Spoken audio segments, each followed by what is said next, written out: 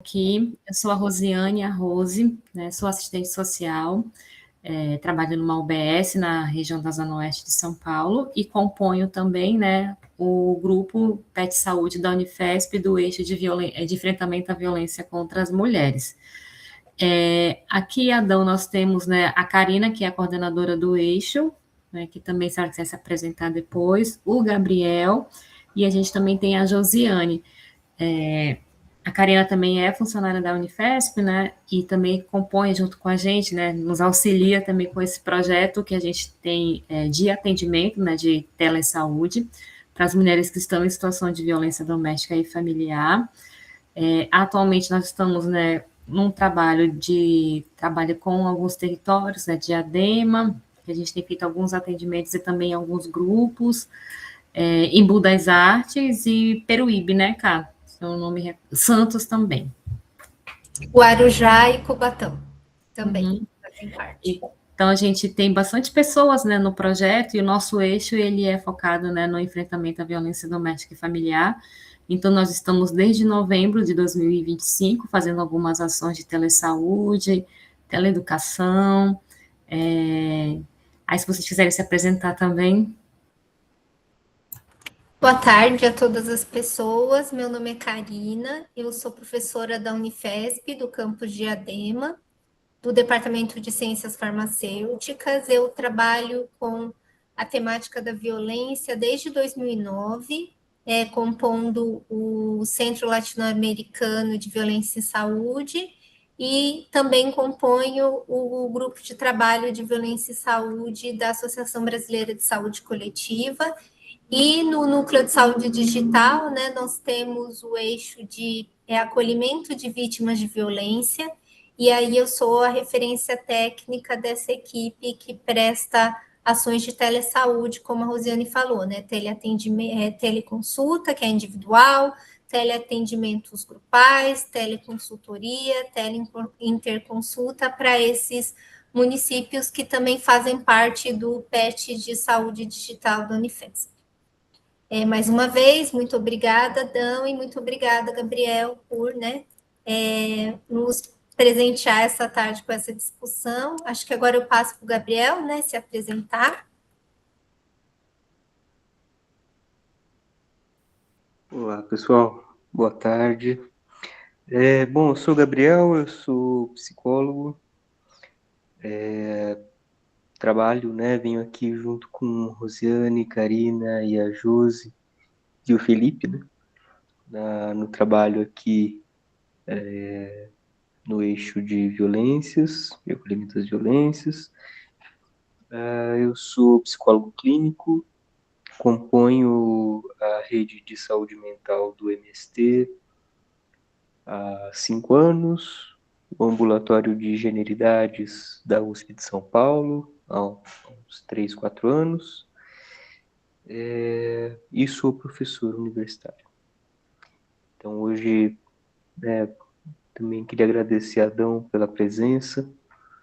Eu vou voltar aqui a falar mais no finalzinho, mas o espaço é seu, Adão. A Josiane está por aqui também? Tá. A Josiane também compõe a nossa equipe, né, do eixo de enfrentamento. E o Felipe também. O Felipe é um querido. Aí, quando a Josiane, acho que ela talvez entre depois, ela também pode se apresentar. A gente pensou nessa temática, Adão, né, e as pessoas que também estão aqui, a gente tem falado muito sobre a questão do enfrentamento à violência contra a mulher, né, também violência contra meninas e meninos, e focado um pouquinho, trazendo também, né, esse trabalho que os núcleos de prevenção à violência, dentro das unidades básicas de saúde, né, tem no município de São Paulo, e a gente teve algumas temáticas, né, desde, como eu falei para você, né, desde novembro estamos trabalhando com a teleeducação, trazendo alguns temas que são super relevantes, né, para a questão do enfrentamento à violência, e a gente conversando entre a equipe, a gente achou muito importante falar, né, sobre esse atendimento que é realizado, né, aos agentes agressores. A gente conhece, né, um pouco o trabalho, conhece um pouco o trabalho do pessoal E Agora José, do coletivo feminista através da Letícia, né, que também trabalha lá no coletivo, conheci um pouco o projeto, né, por isso que a gente pensou em trazer alguém para falar hoje, né, sobre esse tema. O Adão, deixa eu só fazer uma pequena apresentação para ele, depois também, se ele quiser se apresentar. O Adão, ele é professor de arte do Instituto Federal de Educação, Ciência e Tecnológica de Sergipe, né? Ele é graduado em Educação Artística pela Universidade Federal do Maranhão. Ele é mestre e doutor em Arte e Ciência pela Escola de Comunicações e Arte da Universidade de São Paulo. Ele é coordenador do Núcleo de Igualdade de Gênero, Diversidade Sexual, coordenador do Núcleo de Masculinidade do Coletivo Feminista e Sexualidade, e facilitador de grupos reflexivos sobre gênero e masculinidade. Membro do grupo de pesquisa LUPA, Laboratório de Pesquisa em Urbanismo, Patrimônio, Arquitetura e Arte, pesquisas em artes, né, e educação com ênfase no teatro da dramaturgia. Dramaturgia pessoais, corpo, performance de gênero e masculinidade. Posso ir apresentando os seus slides, Adão, e qualquer coisa a minha tela vai sumir, vou ficar só na apresentação, tudo bem? Aí, mas eu estou por aqui. Aí, quando você quiser...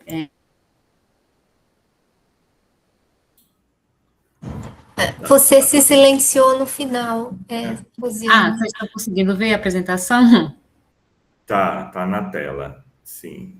Agora tá, né? Tá. Para mim já estava há um tempo. Tá bom, muito obrigado, Rosiane e equipe. Só uma pergunta: quem está aqui conosco? Vocês que lideram esse trabalho são alunas de uma disciplina específica ou é do projeto em que vocês trabalham? Pode falar, cara. Todas as webconferências, elas são apresentadas pelo STT, que é uma plataforma do Núcleo de Saúde Digital da UFSC.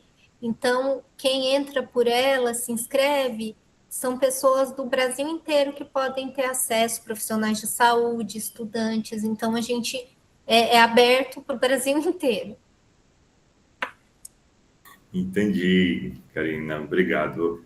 Para eu também... Eu fiz um slide aí, a Rosiane me mandou tudo bonitinho para eu colocar, e eu dei uma atrapalhada em alguns momentos, tá, Rosiane? Saiu um pouco dos layouts, e eu coloquei muito no geral para eu trazer aqui e a gente tentar, né, saber o que a gente... saber de vocês também, né, o que querem, para a gente trocar. O Gabriel entrou em contato comigo, a gente vai dividir essa fala também, então vai ser interessante essa troca com vocês. Olha só, eu vou falar um pouco, antes de entrar na apresentação que está aí, lá no roteiro. Eu, como ator, eu vou fugir ao roteiro. A minha formação é em teatro, educação artística, eu sou do Maranhão, e desde 2012 eu fui morar em São Paulo. E fiquei em 2012 e saí agora, em 2025. Vim para cá, agora eu estou morando em Aracaju, Sergipe, e sou professor do Instituto Federal, daqui, professor de arte, né? E fiz mestrado e doutorado aí na ECA, na USP. Então, só para fazer essa história tem a ver diretamente com a minha entrada nos grupos reflexivos, né, de homens autuados pela Lei Maria da Penha. Porque em 2014, quando eu comecei a fazer parte de um grupo de teatro que se chama, e Rosiana, alguém que esteja por aí em São Paulo já deve ter sabido da existência desse grupo, que se chama Mal Amadas Poética do Desmonte.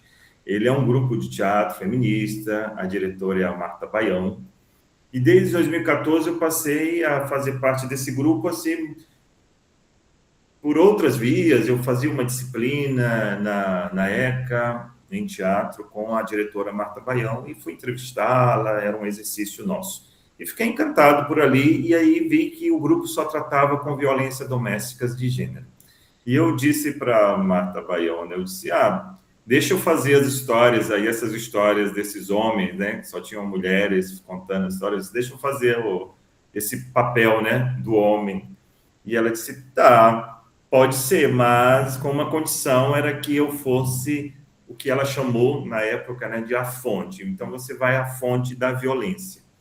E eu, tá bom, onde é? E aí ela disse, você vai ouvir os homens, né? Os homens que são autuados pela Lei Maria da Penha. O que é que eles falam sobre a violência que eles cometem? E aí a gente vai costurando aqui. Aí eu, tá bom. E aí joguei no Google, né? Existia o Grupo Reflexivo de Homens pelo Coletivo Feminista Sexualidade e Saúde, da qual eu faço parte até hoje, sou o coordenador, um dos coordenadores, junto com o Ivan, dos grupos reflexivos. Então, quando ao chegar no grupo, eu tinham dois professores universitários, o Leandro Feitosa e o Sérgio Barbosa. E eu comecei a me apresentar, eu sou um estudante de teatro, estou aqui fazendo uma pesquisa sobre masculinidades, tal, sou ator, isso era interessante, eu dizer, eu sou ator, estou fazendo uma pesquisa, e aí o intuito, a princípio, era eu fazer uma pesquisa, pegar dramaturgia, por isso aí o meu interesse em dramaturgias pessoais, né, o que esses homens falavam sobre essa violência e construir um personagem no teatro. Nós estávamos construindo um espetáculo que se chamava No Lugar Dela. Nós ficamos muito tempo em cartaz com esse espetáculo, No Lugar Dela. E daqui a pouco eu vou explicar um pouco melhor desse espetáculo, né? E foi interessante que aí, a partir dali, desde 2014, 15, eu entrei, toda vez que eu apresentava como um ator, todos os homens, né, que estavam lá autuados pela Lei Maria da Penha, quando eu falava algo, ele dizia, é porque você é um ator. Quando dizia assim, os homens faziam, porque você é um ator. E eu achava interessante que era apagado, né, a condição de eu ser homem. E o ator, para eles, era mais interessante. Eles me verem como um ator, porque daí eles não eram. Então, tipo, eles estavam no real e eu estava atuando, né? E isso foi interessante, porque aí eu fiz uma curva no meu trabalho. Foi apresentado o espetáculo, eles não chegaram, o público, homens autuados, não chegou a ver o espetáculo, mas nós apresentamos o espetáculo em 2016 no Coletivo Feminista, mas foi para a equipe, que é composta de psicólogos, então eu vou passar aqui no slide, vai aparecer a equipe, então, que fazem atendimento. Então, eles assistiram para ver, né, eles queriam tratar desse assunto também. E aí eu transformei o meu objeto também de estudo, já no mestrado, para não queria ver o espetáculo. Eu achava que seria mais interessante esses homens terem algo em que eles se colocassem em jogo, porque eles já não vão ao teatro, né? E dos poucos que vão ao teatro, ele ia ser o que eles estavam falando para mim. Você é um ator. Eles viam o espetáculo e disseram, isso é teatro, não é vida. E aí eu modifiquei e comecei a fazer um jogo. Inclusive, isso na minha dissertação, eu fiz um jogo com eles que se chamava Gênero é Performance, ou Como se Constrói um Homem, né? Eu acho que o nome da minha dissertação se chama A Produção Performativa de um Homem, né? Que eu falo todo esse processo na minha dissertação. Mas com eles eu fiz uma oficina que se chamava Como se Constrói um Homem, né? Como é que um homem é feito? Já que eu, ator, estou construindo um homem no teatro, uma cena, e como é que se faz esse homem na vida real? Como é que a gente constrói um homem para a vida real? Porque a cena eu pego do real e trabalho com ela no espetáculo. Então, como é que se faz isso no real? Então, eu peguei autoras que trabalhavam isso no real, e passei a fazer um jogo com eles. Então, eu fiz um workshop e peguei as respostas dele e devolvia para eles. Olha, é isso que vocês estão respondendo, né? É isso que vocês estão falando. Então, já não tinha desculpa, mas você é um ator. Nós, como o Augusto Boal, que é um dos autores de teatro que eu uso, ele diz que todos nós somos atores, né? Inclusive os atores. Então, está todo mundo atuando e toda atuação é uma atuação política, tal. E eu passei a usar esses autores e trabalhar com isso. Enfim, essa foi a minha entrada nesse mundo do coletivo, e eu passei a ser um dos facilitadores, e agora eu estou como coordenador. E aí confesso que, como a Karina colocou no começo, né, esse é Esse é um assunto que nos é interessante, né? A gente está querendo falar tal, né? E era um assunto para mim que tudo que eu ouvia, né, me causava muito terror, muito, nossa, o que é que eu estou fazendo aqui? Eu saía muito mal do que eu ouvia. Mas, enfim, eu construí e até hoje eu trabalho. Inclusive, aqui tem colegas do Nigedes, eu coordeno hoje o Nigedes, que é o é o Núcleo de Igualdade de Gênero e Diversidade Sexual do Instituto Federal de Sergipe. Eu estou como coordenador geral, né? E nós estamos implantando os núcleos nos campos. Vamos lá falar agora aí os slides, pode passar aí, Rosiane, por favor. Ele está mais um roteirinho para dizer o que é o grupo, né? Como funciona, como é que esse grupo existe. Pode passar, Rosiane, por favor. Aí é o programa de reflexão, certo? Quem nós somos? Nós estamos, né, no Coletivo Feminista Sexualidade e Saúde, que é uma organização desde 1981, e o trabalho do coletivo é em especial atenção à mulher, né, a direitos da mulher, e uma perspectiva feminista e humanizada. Então, o grupo de homens, ele é um braço do coletivo, né? Ele faz parte desse atendimento, né? Mas o foco é o atendimento às mulheres. Ele funciona ali na rua Bartolomeu Zunega, né, ao lado do metrô Faria Lima, certo? Podemos, não sei se o Rosiane está aí. Chegou, podemos, Rosiane. Então, os grupos reflexivos, eles são, assim, irresponsabilizantes, né? De onde surgiu esses grupos? Na publicação da Lei Maria da Penha, em 2006, ele aparece lá como grupo de reeducação. Então, no coletivo, ele passa a existir institucionalmente em 2009, mas ele já existia antes da Lei Maria da Penha, como um grupo de estudos em que os psicólogos e o filósofo, ele achou que seria interessante ter atendimento, já que a gente está atendendo as mulheres que são vítimas dessa violência, né? E esses homens, o que eles falam? Então, eles já faziam atendimento, já ouviam, que é uma coisa que a Eliette Safiotti, aparece aqui, a Eliette Safiotti diz isso, né? Não dá para empoderar a mulher, que é o que a gente está vendo aqui, né? O aumento de casos de feminicídios, né? Que no começo dizia, mas é porque agora está sendo apenas nomeado, né? Estão se dando nome, e aí por isso surgiu. Mas não, comprovou-se que o número cresceu mesmo. Por que é isso? Porque você vê que a mulher se empodera, ela sabe que ela tem que sair de uma relação que é abusiva, ela para se proteger, para proteger os seus familiares, tal. E o homem, ele não quer perder o que ele acha que é um espaço dele, né? Então, se ele ia só fazer uma agressão psicológica ou patrimonial, ele mata essa mulher, porque ele vê que ele não vai ter essa mulher. Então, ele não tem mesmo. E uma coisa que a gente fala muito no grupo, né, assim, que ressoa, a gente tenta no trabalho com o homem dizer assim, o que a gente tem, né? O que esse homem tem para oferecer? Como é que a relação é para ele? O que ele oferece na relação, né? E aí muitos se apegam apenas ao que já está dado, né? Eu sou homem, eu nasci assim, e a mulher é isso, né? Vem para estar junto com o homem, né? E aí vão na Bíblia, vão nos códigos, tal, para comprovar, né, uma coisa natural. Só que aí esse natural se desfaz, que aí eu vou entrar nele, se desfaz porque não é natural, né? É tudo o que é um apego, né? Então tem isso, se talvez, e aí é uma das coisas que a gente leva no grupo, é que o homem tem que construir algo para que ele ofereça para uma relação, né? Ofereça, porque ele se apega muito, eu sou o provedor, e muitas vezes ele não é o provedor. Então, ele vê que ele não é um provedor, ele não quer a existência dele, né? Ele não quer isso, ele não quer dizer que ele não existe sem ser o provedor.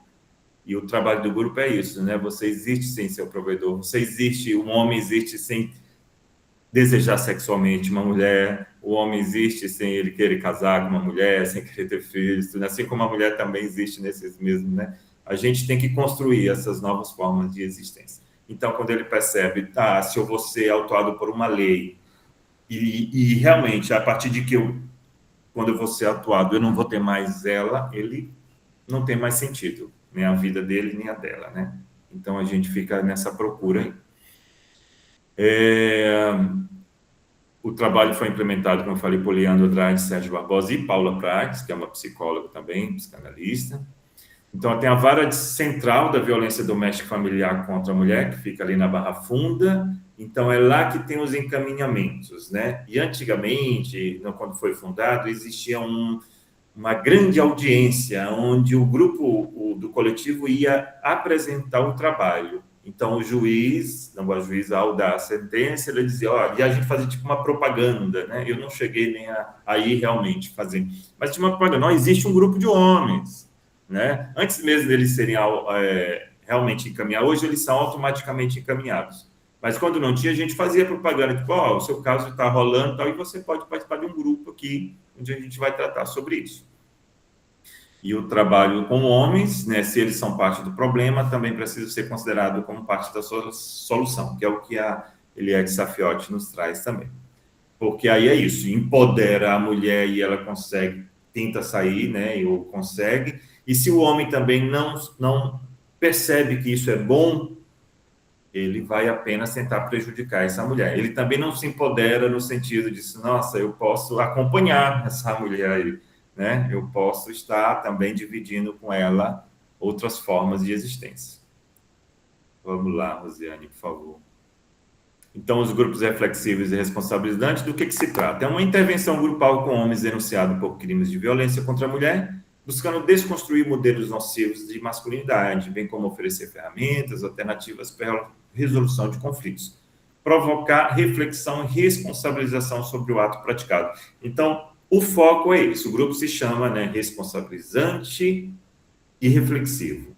Então, a gente reflete e se responsabiliza. Então, os homens, no primeiro momento, eles passam 16 encontros. Então, no primeiro momento, ele chega com o pé na porta, assim, né? Com ódio da gente, não quer participar, ele está sendo autuado. E ele vem para falar mal da mulher. Ele vem como a vítima, né? Ele não cometiu o ato e ela usou essa lei e eu estou aqui agora, né? Mas foi tudo culpa dela, tudo. E aí a gente tenta, ok, a gente não se desfaz dessa história, é uma versão que tem que ser ouvida, né? E a gente deixa claro que isso é uma versão, mas aí a gente passa, aí você se responsabiliza pelo quê, né? Qual é o passo atrás dessa discussão que levou? Houveram outras discussões? Sim. Como é que foi essa primeira discussão, a segunda, a terceira? Como é que isso foi crescendo? E se você desse um passo atrás, como é que seria? Como é que você se responsabiliza? Se eu não tivesse falado isso, ou se eu não tivesse... E muitos homens, né? E é algo que a gente tem que considerar, algo que eu realmente não considerava. Eu aprendi com os psicólogos e as psicólogas, né? Ouve, né? Vamos ouvir. Eu achava que os homens falavam demais. Quando eu chegava no grupo, que eles ficavam falando, eu disse, gente, esses homens já falam demais. Eu acho que eles têm que ouvir, eles têm que ter repertório, né? E isso me irritava muito. Mas é isso, né? A gente tem que ouvir mesmo essas versões, mesmo que a gente, não acredito, não caio nessa, mas vamos ouvir para saber como é que a gente vai lidar, né?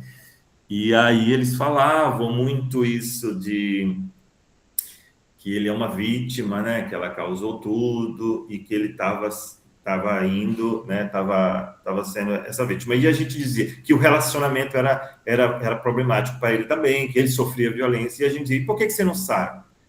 Por que você não tenta sair dessa relação, né? E muitos homens não tentam sair, né, da relação, porque aí tem várias coisas. Ele vai se sentir frágil, porque ele não controlou a relação, ele vai sentir que ele não foi isso também, né, de prover uma relação, e de que também a mulher não foi obediente a ele, né? Isso não, ele não vem, não traz, não fala isso, mas ele deixa claro, dizer, ela não me obedeceu, a relação, eu disse como é a relação e ela não obedeceu. Mas, tipo assim, mas é uma relação, isso não só de uma relação, né? O que você coloca, o que ela trouxe, como é que você abdicou disso e tal. É por isso que aí ele vai se responsabilizando de não existir uma relação, né? É isso que ele vai percebendo, não existia porque ele não estava na relação.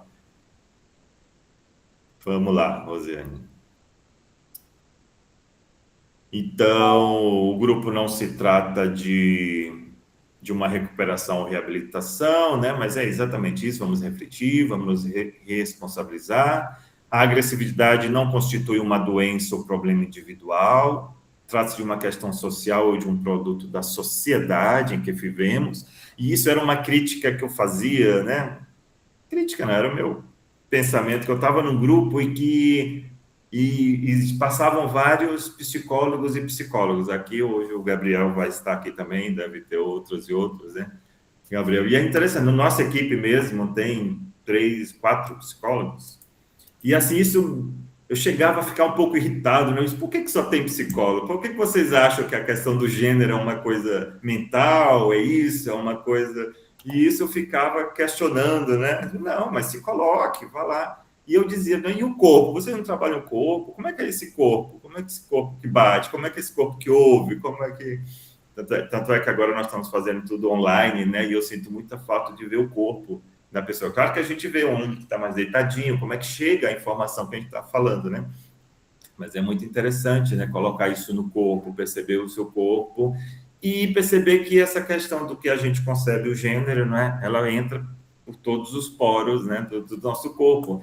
E aí, só que aí o tratamento geralmente é psicológico, né? É só psicológico. E aí também entra numa desarmonia, porque tá, mas aí a cabeça tenta entender e o corpo não entende, não tenta, né? E aí há um descompasso também que a gente que é bom nós aqui que estudamos, pesquisamos e trabalhamos com isso, como é que a gente consegue, né, ter um trato com isso? Não é palestra nem curso, apesar de eles entram e saem do começo ao fim chamando de palestra e curso, então isso aí está dado, mas não é. Espera-se a efetiva participação. Hoje em dia, né, hoje a gente está fazendo, deixando atividades no grupo, quando eles entram, e aí toda vez que a gente tem um encontro, que são as segundas-feiras online, a gente deixa uma atividade para eles fazerem no decorrer da semana para o próximo grupo, então a gente espera que ele traga e a gente trabalha em cima do que eles fizeram para refletir algo na semana. Então, o grupo não é autoajuda ou terapia, mas pode ter efeitos terapêuticos no seu processo. E muitos saem, inclusive, eles chegam com todo o ódio da gente, mas saem assim, a gente não pode ficar mais, não tem um outro grupo para a gente ficar, tal. Então, a gente percebe isso, né? Ninguém chega ao grupo, isso é uma pergunta que eu faço, quem sabe, vocês sabiam da existência desse grupo? Ninguém. Quem vocês entrariam num grupo assim, pelo convite? Ninguém. Então, eles têm que ser autuados, eles têm que ser obrigados, e depois, né? Eu podia ficar mais, posso ficar, né? E aí não dá porque a gente tem uma fila enorme, mas o interessante, né? De como os homens não criam grupos, e a gente fala isso para eles, cria um grupo, faz uma roda de amigos, não vai só para o bar, e mesmo que seja lá no bar, faz um grupo e fala de alguma coisa que está acontecendo, né? Fala de você, de outras coisas, causar um estranhamento ali. Mas é isso, né? Para quê? Tipo assim, por que eu vou fazer isso? Agora eu não preciso, a lei já saiu. Não, então, são isso que a gente tem que lidar, né? São essas coisas. Não nasce homem, não se nasce homem, torna-se, né? Lembrando aí Beauvoir, quando ela fala da mulher, não se nasce mulher, torna-se com homem também. Torna-se homem, né? Que homem, né? Eles querem tornar. E aí é uma das desmontagens, né?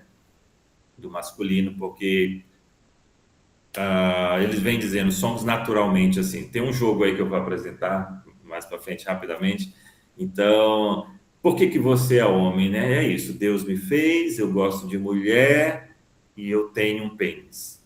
Geralmente são essas 3 respostas, né? Que eles são homens. Ou seja, então já está dado. Mas aí quando a gente vai perguntar, né? Vai desmontando, ele vai percebendo que isso tudo ele tem que construir muita coisa em cima disso, né? Que isso tudo se desmorona muito fácil. Vamos lá, Rosiane.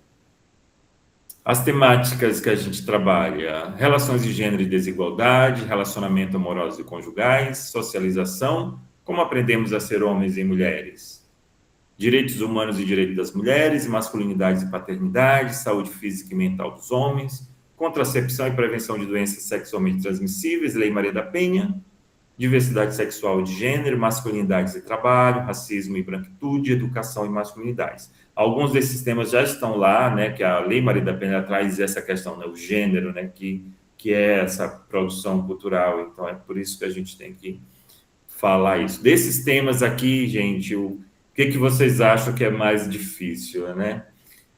O que seria difícil trabalhar com homens? Todos, alguns vocês acham que tem um aí que vocês acham, nossa, esse deve ser o mais complicado.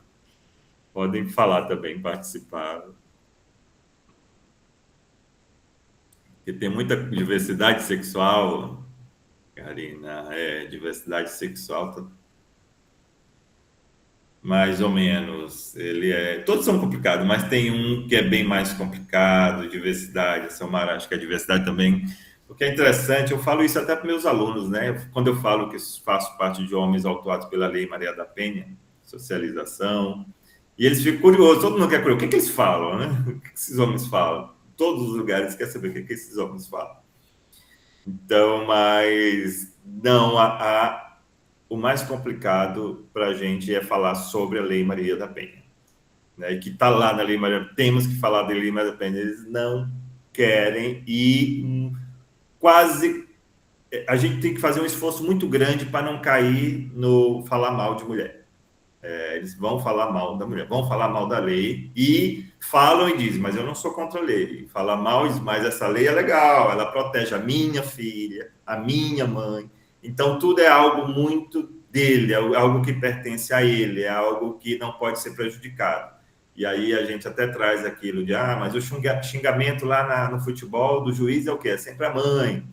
Então, tipo assim, é um xingamento, é a mãe do outro, a filha do outro pode ser assediada por eles, inclusive, né, a vizinha, tudo. Mas aí, quando se trata de algo que pertence a eles, tá errado. Não precisa proteger porque ele é a proteção, né? Por que tem que ter uma lei que protege a mulher se é ele que vai proteger a mulher, né? E proteger de quem? Aí a gente cai. Por que os homens protegem? De que os homens protegem as mulheres? De outros homens, né? Então, é um ciclo, é uma coisa que eles não... E a gente, hoje em dia, tem mudado até muitos o discurso. A gente já vê homens falando, mas o perigo é a gente mesmo, tipo assim, a gente tem que aprender muita coisa e tal. Aí tem toda uma inteligência disso, mas as mulheres se aproveitam da lei exatamente para agredir, para usar ela a seu favor, e eles percebem isso, mas também é isso, como é que eles se responsabilizam? Dá muito trabalho, dá muito trabalho, e às vezes assim, terminou a relação, terminou, eu não quero mais mulher, eu não quero mais me relacionar, ter um casamento, eu não quero mais ter, se eu sair dessa relação, né, porque vai dar muito trabalho, né, vai dar muito... É uma escolha, né? Contando que você escolha isso, não faça seu trabalho e não cometa nenhum crime, né? É isso, vá lidar com o seu sofrimento, né? Ou se você a gente vai se responsabilizar, é o que a gente quer, se responsabilize. Você não pode cometer crime, ponto. A gente tem que ir por aí, né? A gente vai conquistando, mas não tem muita conquista também. Assim, se você cometer um crime, você tem que pagar por ele, né? Vamos lá para os próximos. Então, o processo grupal se dá assim, né? São grupos abertos, tem uma rápida integração. Hoje a gente faz uma integração, a gente recebe o homem, o primeiro participante da primeira vez antes, faz uma conversa com ele rapidamente individual para explicar como é o grupo e depois ele vai ao grupo. O participante novo encontra os participantes mais experientes. Então, quando começou em 2006, 2009, os grupos eles eram fechados, começo e fim, com os homens só, 16 encontros com um grupo só, terminava um grupo, começava o outro. E aí, como isso foi meio que atropelando, a gente foi vendo que era muito rico deixar homens mais experientes, grupo com homens que estavam chegando, porque aí quem estava chegando com muito ódio da gente, via um que estava saindo e dizia assim, esse grupo é muito bom, eu cheguei aqui com raiva e estou gostando, tal. Então tinha uma interação interessante. Então a gente acha que isso é interessante. Então tem uma face catártica de indignação e revolta com a Lei Maria da Penha. Ele se revolta mesmo, ele está com raiva porque é a única coisa que colocou ele ali, né? E sai do lugar comum, amplia repertório, é isso. A gente traz um repertório para ele poder falar um pouquinho mais, né? O processo de identificação entre os homens, eles se veem como os outros homens, mas isso é interessante também, que alguns vão ser advogados dos outros. Se ele fala, não, é porque morava com a sogra, aí a sogra vinha e falava que eu tinha que ser assim, assado, aí os outros já vinham, é por isso, é por causa da sogra, aí um virava advogado do outro virava psicólogo do outro vira para chegar a uma confraria de agressores era um passo, né? E daí cabe a quem está coordenando o grupo. Opa, não é assim, né? Tem as crises, tem dúvidas, e a gente vai conversando sobre isso. Vamos lá, Rosiane. O objetivo do grupo é esse: reconhecer as mudanças nas relações familiares, no trabalho, na vida afetiva, suscitar estranhamento diante dos modelos machistas, reconhecer como se dá a socialização, né? Essa manutenção do machismo e reprodução entre os homens, identificar essas formas de violência, né? Porque, e aí foi algo que eu fui aprendendo também no processo, porque assim como para as mulheres, é difícil reconhecer uma relação, às vezes, né? Que ela está numa relação abusiva, às vezes ela não consegue falar, ela não consegue reconhecer que aquilo é um abuso, e para alguns homens também. Isso eu demorei, assim, não, os homens não sabem, né? O fato dele não saber não quer dizer que quando ele passa a saber que aquilo é um abuso, ele deixe de cometer, né? Isso é uma coisa. Às vezes ele não sabe. Mas quando ele começa a saber, isso é abusivo, isso, não sei o quê, ele continua fazendo. Não quer dizer, agora eu sei, não vou deixar de fazer. É isso que eu estou querendo dizer, né? Agora eu sei que isso é um abuso, parei de fazer. Porque tem muitas expressões que a gente usa, né? Os homens têm que se conscientizar. Não é falta de consciência, né? Muitas vezes não é, ele tem consciência do que está fazendo, né? Ele tem que se responsabilizar e tem que ter mais leis mesmo, ele tem que pagar por isso, ele tem que não querer fazer isso, porque ele vai sofrer alguma sanção, né? Só que é isso, aí por isso que o grupo, né, a pergunta, né, existe mudança nos homens? Existe, para muitos existe, muitas que a gente não vai saber, e para alguns não, ele vai ter noção do poder que ele tem, né, que essa cultura nossa machista patriarcal dá para ele, e ele vai usar isso a seu favor também, né? Não quer dizer que ele vai deixar de fazer. Aprender a reconhecer e compartilhar os seus problemas, limitações pessoais, isso acontece muito, eles se veem frágeis com os outros, poxa, você fraquejou aqui, eu também, você sofre disso, eu também, então também tem uma, como não, poxa, não somos tão super-homens assim, né? Reconhecer e desenvolver formas de lidar com os conflitos e o uso da violência, desestimular, né, com as próprias mãos. Isso, né, os homens falam muito isso, né, não, a gente tem que resolver com as próprias mãos, né, a gente vai fazer. Então, inclusive, um dos temas lá, quando a gente fala de saúde do homem, né, a maioria não se cuida, não vai ao médico, ele trabalha muito, e ele vai até pifar, ele não tem tempo para se cuidar. Não tem. Ele não vai arranjar um tempo para se cuidar. Porque ele tem que resolver, ele é mais forte, assim, tudo uma doença pode parecer que ele está fraco, e realmente enfraquece o sistema imunológico, e ele, não sou fraco, ele não quer pensar que ele é fraco, ou volta a coisa do provedor, né? Como é quem vai trabalhar, ele não quer, como é que ele vai fazer, e replicar um modelo do grupo reflexivo no seu cotidiano com outros homens, é o que a gente espera, né? Que eles façam isso com outros homens. Eu vou acender a luz aqui rapidinho.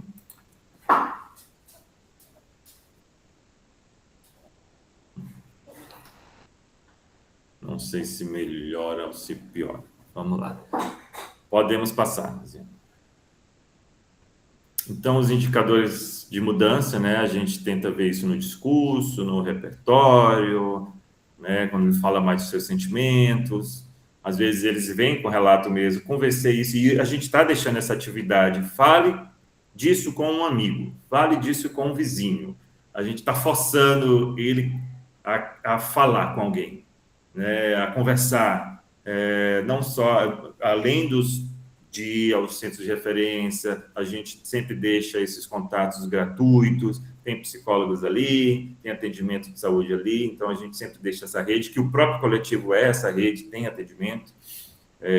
Então, mas a gente incentiva, fale com seu vizinho sobre isso, pergunte para o seu amigo isso, né? E aí está lá, né? Se ele fez realmente, aí a gente não vai lá acompanhar, não vai bater lá na porta com ele, né? Mas muitos fazem e acaba trazendo coisas que ele não esperava.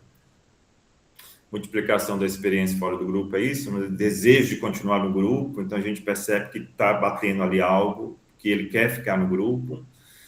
Uma busca de alternativa de convivência com as mulheres, né, entre as pessoas do convívio cotidiano. Então, ele traz relatos de que ele está percebendo isso, ouviu isso, das mulheres com quem ele se relaciona, né, e diminuição do índice de reincidência. Então, quando os grupos reflexivos passam a existir, realmente, os primeiros números é que a reincidência de quem passa por um grupo diminui para 3%, 5%.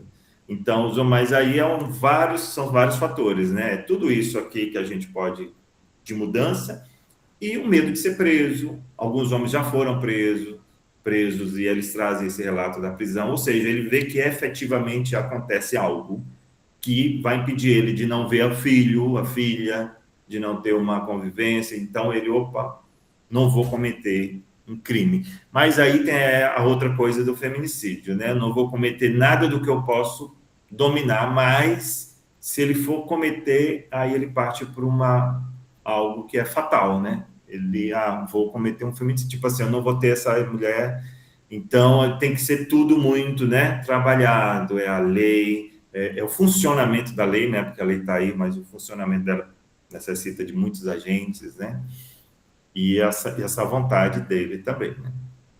Vamos lá. E aí eu vou mostrar para vocês muito rapidamente, porque a partir desse estudo todo que eu fiz no doutorado, virou um jogo que se chama Corpo de Delito, né? Aqui, hoje, inclusive, eu estou coordenando o grupo de gênero e está prestes a termos financiamento por um projeto pela Secretaria de Mulheres de Brasília, que é para trabalhar esse jogo, a replicação desse jogo. Então, E esse jogo é isso, eu também devolvo para eles, né? Que aí eu parei lá de ser apenas o ator e devolvo para eles um jogo performativo em que eles têm que jogar. Então, tudo que eles falam, a gente usa esse jogo, no grupo, de vez em quando, né, fazemos esse jogo e funciona. Né? O jogo é muito simples, ele é bem aberto e ele é bem replicável. Montagem e desmontagem das violências de gênero, né? E aí são teorias que eu uso no teatro, de montar e desmontar. Vamos lá, por favor. Pode passar, Rosiane. Tá indo? Travou para vocês? Rosiane? Travou. Acho que travou para a Rosiane e para nós. Aí, veio, certo. Oi, foi? Deu certo? Foi, deu certo, sim. Mas não tá tela cheia, Rosiane. Agora tá? Agora sim. Isso. Agora sim. Certo. Tá, é porque tudo eu não tô que vendo aparece você. na Deixa eu Lei Maria da voltar lá Penha, para né, poder desligar meu som. Peraí.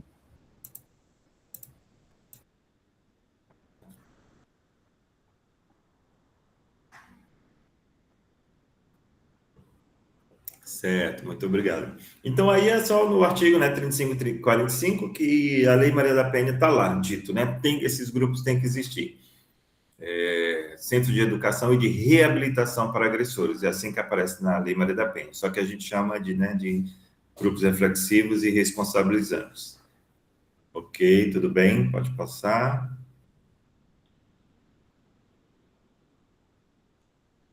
Então, o Corpo de Delito, ele é um jogo de tabuleiro, né? Eu vou passar aqui, daqui a pouco eu procuro o link da tese e vocês têm acesso à tese, está disponibilizada na biblioteca da USP, e lá tem o jogo. Tem falado de como funciona o jogo, inclusive vocês podem usar, entrar em contato comigo. Uma outra oportunidade, quem sabe eu venha realmente falar do jogo. Aqui eu estou falando do grupo reflexivo. Mas esse jogo eu uso no grupo, né, bem adaptado, porque agora a gente está online e tal, então tem uma bem adaptação. Mas ele é um jogo de tabuleiro que tem 6 estações e a gente vai desmontando esse corpo masculino, certo? Então, o corpo de delito mesmo, porque o corpo de delito ele é feito no corpo da vítima, né? E geralmente o agressor ele não faz nenhum corpo de delito, né? Mas o jogo já começa aí do nome, né? Onde é que está o delito no homem, né? Como é que a gente pode saber? Nossa, aquele cara ele tem marcas de que ele pode ser um agressor, né? Onde é que a gente pode ver isso? E o jogo ele é para isso. Está muito pequenininho aí, mas eu coloquei só o geral, porque o objetivo não é falar exatamente do jogo, mas ele tem 6 estações, são estações independentes e forma essa silhueta desse corpo, né, que aconteceu um crime. E aí já falando para vocês, o jogo é exatamente isso, o crime é o próprio gênero, né? Se a gente vai falar de gênero, hoje tudo que fala sobre gênero é violento, né? Tudo que nos faz meninos e meninas é violento. Tudo que vai demarcar o que é um corpo é violento, né? Então, é essa violência que aí eu fiz para também dizer, olha, nós sofremos, nós homens sofremos essa violência, e não é necessariamente a mulher que está nos... Porque como eles gostam de falar, né? Eles acham que é isso, eu sofro violência, a mulher também bate no homem. E aí a gente joga isso numa forma mais épica, né? A violência vem, não tem uma fonte da violência. E aí, voltando lá no começo, como eu fui parar no grupo reflexivo, né? A diretora disse, vai na fonte da violência, se referindo aos homens. E eu falo isso na minha dissertação, que não tem uma fonte da violência.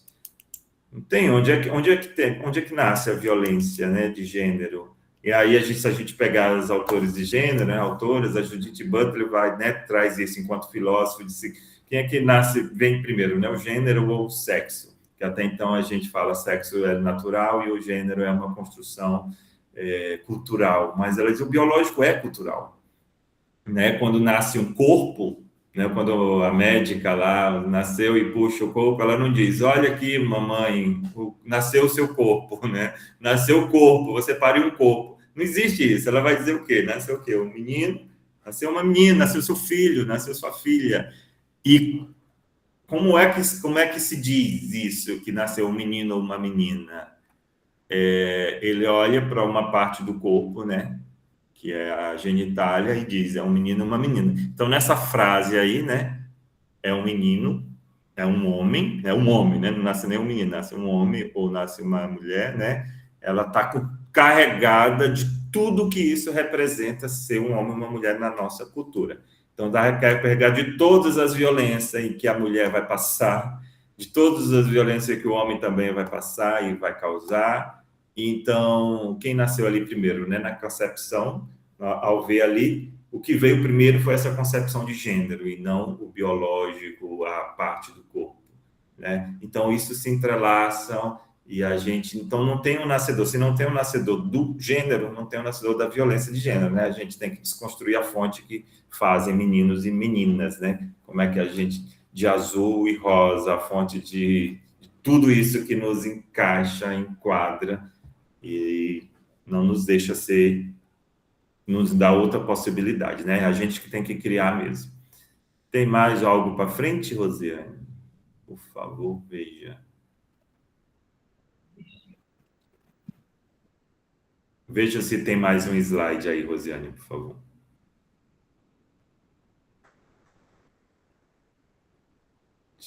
Travou mais uma vez. Isso. Aí é isso, é a nossa equipe do coletivo, nossa equipe técnica sou eu, Antônio, Ivan, Paulo, Tiago e Vitória. E aí, ó, desses aí, só eu e Antônio, Ivan, tá até grande. Eu sou das artes, o Antônio é um arte educador também, ele é do cinema, o Ivan que é do direito, o Paulo Pereira que fez uma formação em psicanálise. O Paulo, inclusive, ele é um dos homens que ele procurou voluntariamente o grupo, ele participou do grupo enquanto um homem que queria fazer parte de grupo de ressocialização. E aí ele ficou muito ativo, foi continuando e nós o convidamos para ser um dos facilitadores. O Tiago, que é psicólogo, e Vitória, que é psicólogo. É isso, acho que o outro slide é a referência de vocês. Então é isso, esse é o geral, e aí abro também para o Gabriel entrar na conversa e para vocês, para a gente conversar. Obrigado. Obrigado, Adão. Obrigada, Adão. Eu vou passar para o Gabriel, para ele também fazer as contribuições dele, aí depois a gente abre, tá bom? Beleza, bom, obrigado, Adão, muito bom te escutar.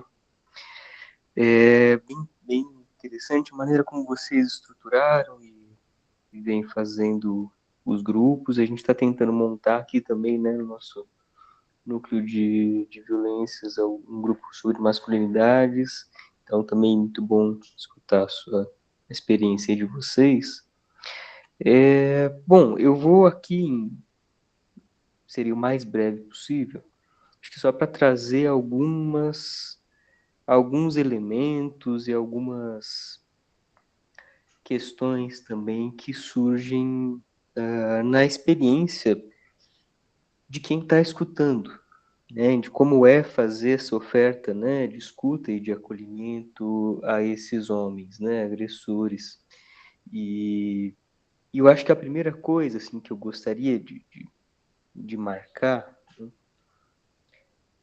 é que eu entendo que a gente costuma ter uma série de censuras a nós mesmos quando a gente vai escutar alguém, principalmente sobre os sentimentos que mobilizam dentro da gente na escuta, né? Então, não, eu não posso sentir raiva, eu não posso me sentir indignado, eu não posso me sentir frustrado, eu não posso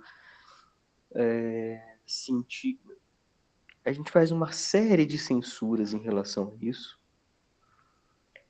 E eu gostaria de convidar assim, vocês também a refletir sobre isso, né?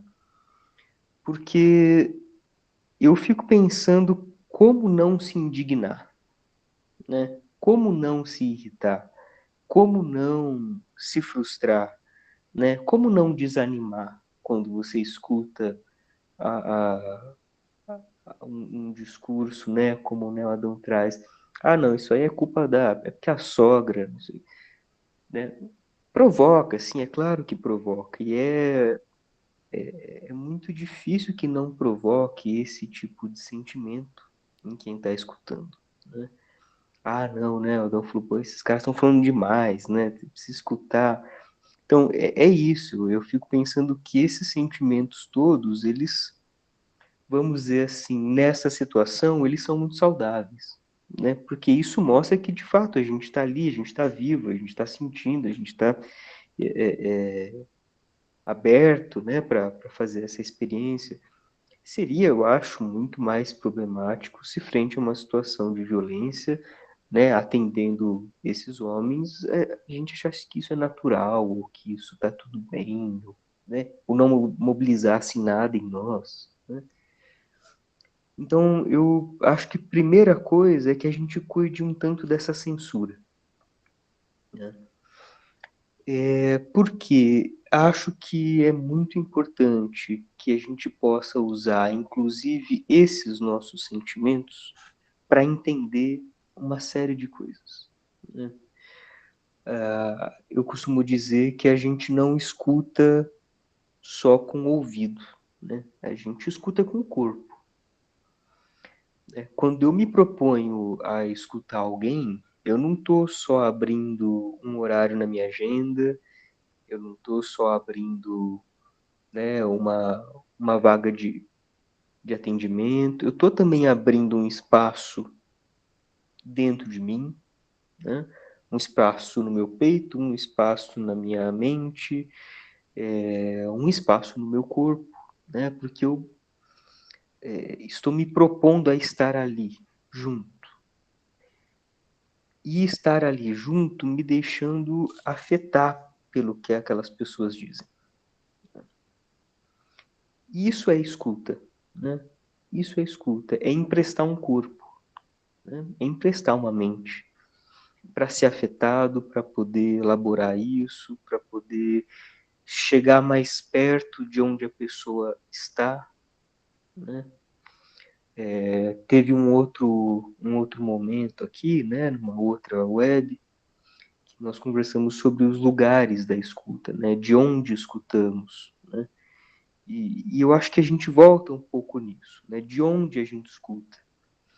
Porque se de fato eu estiver escutando de um lugar de quem quer corrigir, de quem quer punir, de quem quer fazer com que eles parem, é muito difícil, né? A frustração certamente vai vir e ela certamente vai vir com muita força.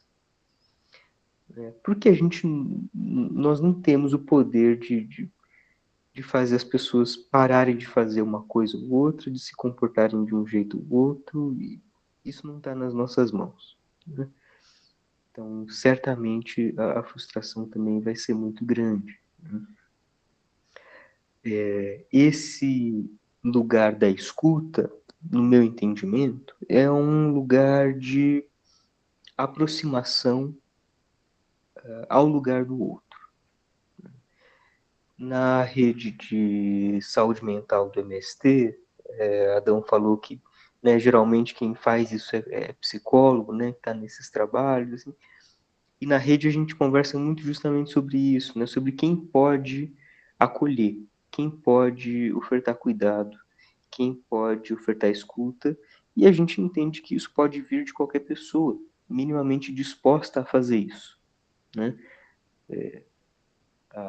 A também conceder esse espaço de abertura e troca, né? Então, eu acho que é bem importante que a gente consiga marcar, né, que os nossos sentimentos durante o trabalho, eles são também muito importantes. A gente não escuta só com o ouvido e a gente não pensa só com a cabeça, né? Não é só de intelecto, né, a conversa. Os nossos poros, eles precisam estar abertos também, né, para se afetar pelas pessoas, né? A escuta, ela vai exigir isso da gente. Agora, eu sei que às vezes os nossos poros ficam abertos e às vezes entram alguns elementos que são tóxicos, né? Alguns elementos que dão alergia na gente, alguns elementos que a gente não suporta escutar, né? E aí isso pode acontecer na escuta com homens agressores, sem dúvida, mas isso pode acontecer em outros N contextos, né? Eu já escutei várias e várias pessoas que são da psicologia ou não, dizendo isso. Bom, nossa, tal tipo de demanda eu não consigo, né? Eu não sei escutar, eu não consigo, não dou conta. E tá tudo bem, né? Eu acho que é muito importante também que a gente consiga entender os nossos limites. O que a gente consegue, o que a gente não consegue. Nós, né, enquanto profissionais da área que for, né? O que a gente pode escutar e o que a gente não pode. E saber que isso não é sinal também de que somos profissionais ruins, de que falta alguma coisa. Não, né? Isso faz parte também da nossa condição, né? Eu fico pensando sobre... Quando eu escutava, então fui lembrando também de várias situações e pensando em várias coisas. E uma delas é sobre a dificuldade, né, de quando a gente vai falar sobre os homens agressores e escutá-los, é que essas são situações em que até as pessoas que em todos os outros contextos são contra medidas punitivas, né, de encarceramento, de sofrimento, essas pessoas, por mais adeptas, né, a uma reflexão sobre as condições políticas e sociais também que conduzem aos casos de violência, nesses momentos são pessoas que falam, não, mas tem que sofrer, né? Vai preso mesmo, né? Que se ferre, né? Vixe, usa todos os xingamentos possíveis, porque mobiliza mesmo muita indignação.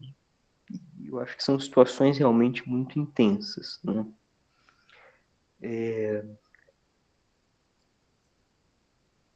Agora, como não se privar de sentir tudo isso e ainda assim poder abrir esse espaço, né? Eu sei que às vezes a gente sente que é injusto, É injusto oferecer cuidado, né, para quem agrediu. Ele não merece. Né? Porque abrir espaço é uma forma de cuidado. E, putz, como é que eu vou cuidar de quem acabou de agredir, né? Física, sexualmente, psicologicamente ou qualquer outra modalidade de violência, né? Como é que eu invisto esse espaço, né, de cuidado, de atenção, de zelo, porque escuta também é zelo, mas escuta não é passar pano, né? Escuta não é dizer tá tudo bem do jeito que tá e ô coitado. Não, não é isso, né? Mas a escuta é também uma forma de cuidado, e eu sei que a gente resiste muito a cuidar de quem agrediu, né? Por isso, né? Por achar que é injusto, achar que a pessoa não merece, achar que valeria mais a pena a gente estar cuidando de quem foi agredido e não dele, e, enfim, acho que vários pensamentos, né, aparecem, mas, mas é tão delicado, né, que a gente consiga chegar no lugar onde essas pessoas estão, e aí eu estou dizendo do lugar, de um lugar simbólico, de um lugar subjetivo, porque sim, né, acho que de todos os homens que eu escutei até hoje, que autuados ou não na Lei Maria da Penha, mas que já me relataram algum tipo de situação onde agrediram as suas companheiras, 99% dizem eu fiz porque eu fui provocado, né? Raríssimas as vezes em que é possível sair desse lugar, né? Agora, eu achei legal também, Adão, que você falou sobre não descartar essa versão, né? Porque, sim, o nosso trabalho ali não é o trabalho de julgar, isso vai ficar para o sistema, né, jurídico, judicial, o juiz vai fazer isso, eles vão pensar essas questões.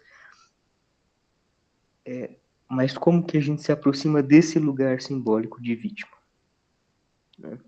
Nem sempre, nem sempre alegar ser vítima é uma forma de manipulação, né? Uma coisa que num senso comum a gente aproximaria ali a algo meio sociopata, né? De alguém muito articulado e nem sempre, né? Não, muitas vezes esses homens realmente acreditam nisso, né? Terem sido vítimas.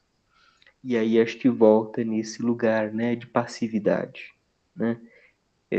Fui provocado, né? Eu reagi, né? Bom, acho que tem muitas coisas assim que a gente dá para conversar, mas também respeitando o nosso horário. E até acho que é um tema que seria muito legal se a gente pudesse trocar, né, e escutar todo mundo. Então encerro por aqui. Ai, obrigada, Gabriel. Sempre bom te ouvir, né? Eu acho que são muitas coisas, né? Acho que a gente vai abrir para perguntas. Quem quiser. Você vai parar a gravação agora, Cá? Ou seu microfone está desligado? Tá bom.